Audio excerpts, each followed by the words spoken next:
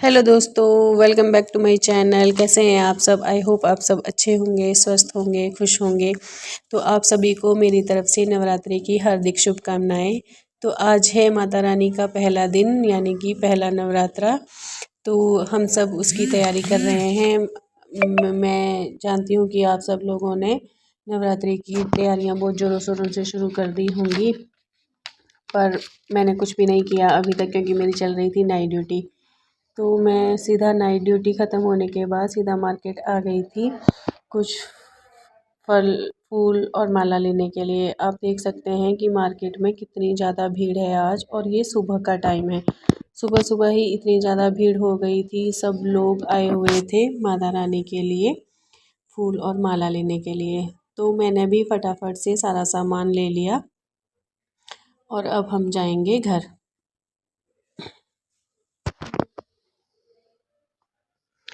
तो मैं पहुंच गई थी घर और नाइट ड्यूटी ख़त्म हो गई थी। तो नाइट ड्यूटी के बाद ना इतनी थकान हो जाती है कि कुछ भी काम करने का मन नहीं होता है, पर आज तो काम करना पड़ेगा थोड़ा सा, क्योंकि आज माता रानी का स्वागत करना है।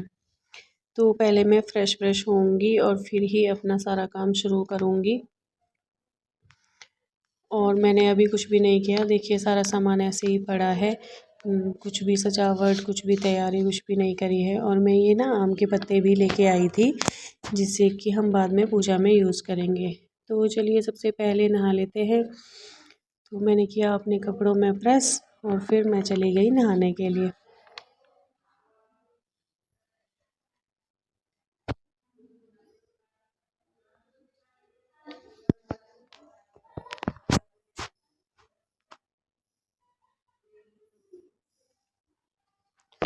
तो मैं नहा के आ गई थी और अब पहले खुद रेडी हो जाती हूँ, उसके बाद ही सारा काम स्टार्ट करूँगी।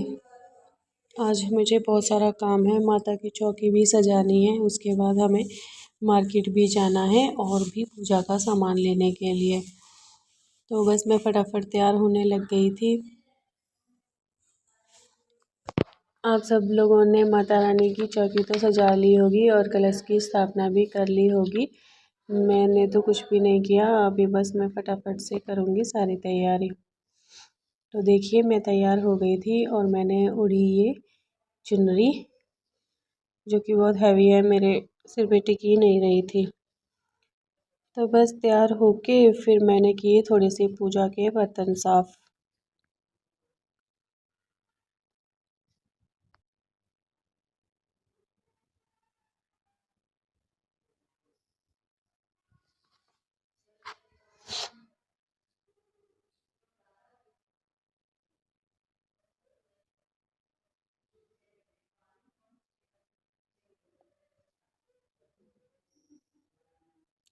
तो आइए चलिए मिलके करते हैं नवरात्रि की पूजा की तैयारी।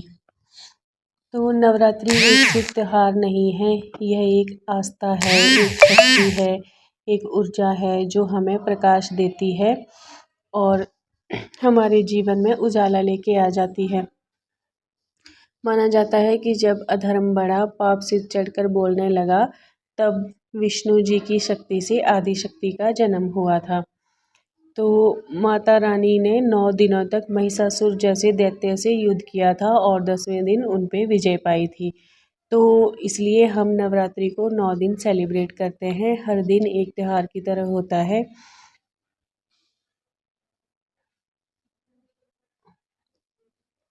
इन 9 दिनों में हम माता रानी के 9 रूपों की पूजा करते हैं और उनको ये इन 9 दिनों को समर्पित करते हैं।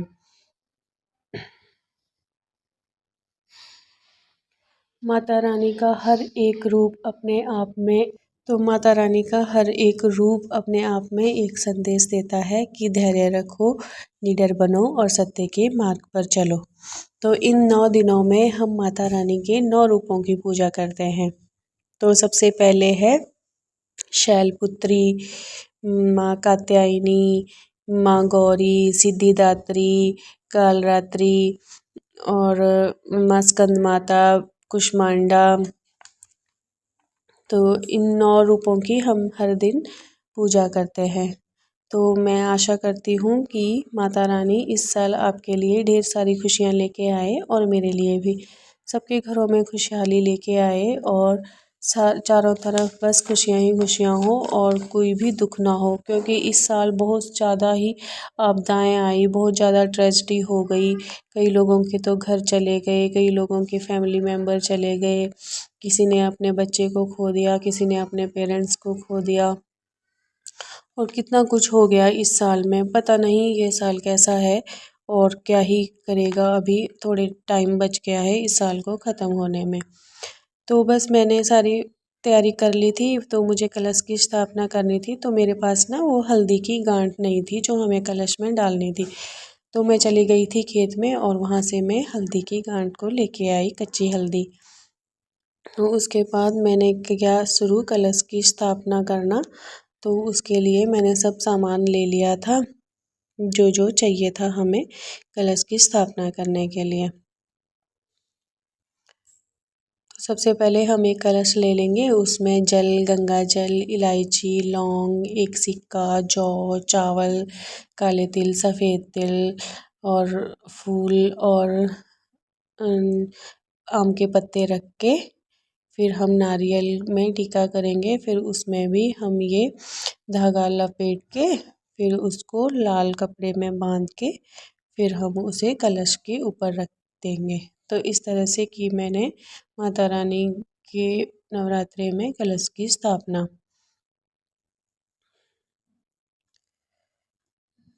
तो कुछ इस तरह से सजाया मैंने माता रानी की चौकी को।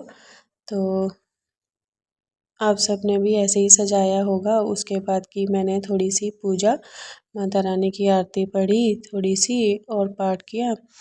फिर उसके बाद पूजा ख़त्म हो गई थी, तो मैंने सोचा एक मुख्य द्वार के लिए तोरण भी बना लेते हैं।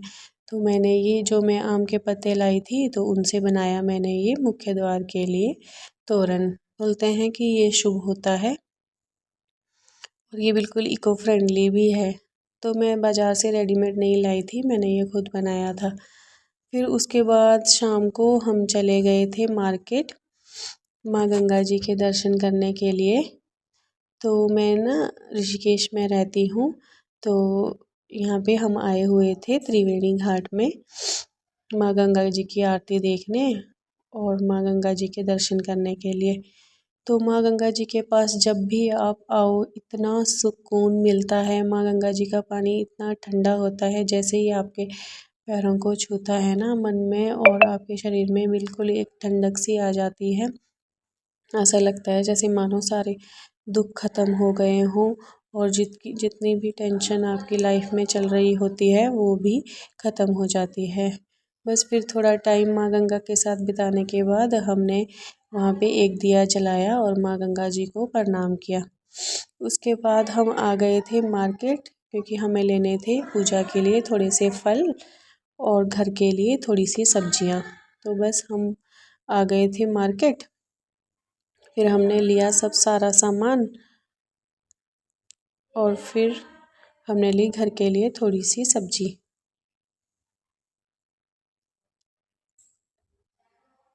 उसके बाद हम चले गए ये शॉप में जहाँ पे मिट्टी का सामान मिल रहा था। तो हमें पूजा के लिए थोड़े से दिए लेने थे, तो हमने इस शॉप से थोड़े से पूजा के लिए दिए लिए। फिर बस उसके बाद हमें आ गई थी घर। तो उसके बाद हमने शाम की पूजा वगैरह की, फिर थोड़ी सी भूख लग गई थी तो हमने बनाए ये व्रत वाले आलू। तो जिसके लिए मैंने आलूओं को उबालने के लिए रख दिया। आप लोग व्रत वाले दिन क्या क्या खाते हैं मुझे ज़रूर बताना।